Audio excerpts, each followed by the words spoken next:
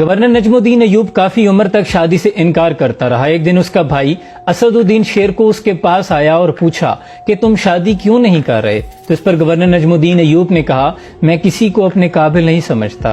تو بھائی نے کہا، اگر تم کہو میں تمہارے لیے رشتہ مانگوں۔ پوچھا کس کا؟ کہا سلطان ملک شاہ بن سلطان محمد سلطان ملک شاہ سلجوقی کی بیٹی یا وزیر الملک کی بیٹی کا رشتہ۔ تو کہا میں انہیں بھی اپنے قابل نہیں سمجھتا۔ بھائی نے پوچھا پھر تمہیں کیسی لڑکی چاہیے؟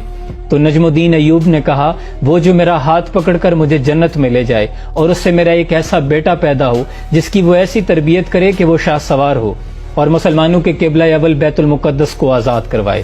یہ سننا تھا کہ وہ بھائی کا منہ دیکھتا رہا اور پھر حیران ہو کر پوچھا، بھلا تمہیں ایسی لڑکی کہاں ملے گی؟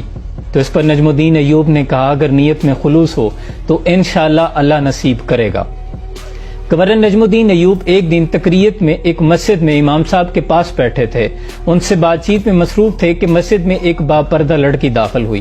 اس نے امام صاحب کو بات کرنے کے لیے قریب بلایا۔ امام صاحب نے اس سے بات کرنے کے لیے نجم الدین سے اجازت طلب کی۔ نجم الدین پردے کے پیچھے سے امام صاحب اور لڑکی کی آپس میں ہونے والی گفتگو کو سن رہا تھا۔ تو امام صاحب نے اس لڑکی سے پوچھا کہ بیٹی تم نے اس رشتے سے انکار کیوں کر دیا جو میں نے بھیجا تھا؟ تو لڑکی نے کہا کہ اے ہمارے شیخ و مفتی، بلا شبہ وہ لڑکا اعلیٰ منصب اور اچھے خاندان کا تھا، وہ خوبصورت تھا لیکن وہ میرے قابل نہیں تھا۔ تو اس پر امام صاحب نے لڑکی سے پوچھا تمہیں کیسا لڑکا چاہیے؟ تو لڑکی نے کہا، وہ جو میرا ہاتھ پکڑ کر مجھے جنت میں لے جائے اور اس سے میرا ایک ایسا بیٹا پیدا ہو جو شاہ سوار ہو اور مسلمانوں کے قبلہ اول بیت المقدس کو آزاد کروائے۔ نجم الدین نے جب لڑکی کی یہ بات سنی تو وہ تھک رہ گیا، کیونکہ یہ وہ خواب تھا جو اپنے سینے میں برسوں سے چھپائے بیٹھا تھا۔ اس نے فوراً شیخ صاحب سے کہا کہ میں اس لڑکی سے شادی کرنا چاہتا ہوں۔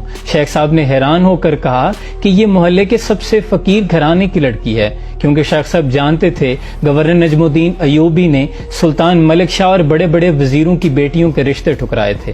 لیکن گورنر نجم الدین ایوب نے کہا کہ میں اسی لڑکی سے شادی کرنا چاہتا ہوں۔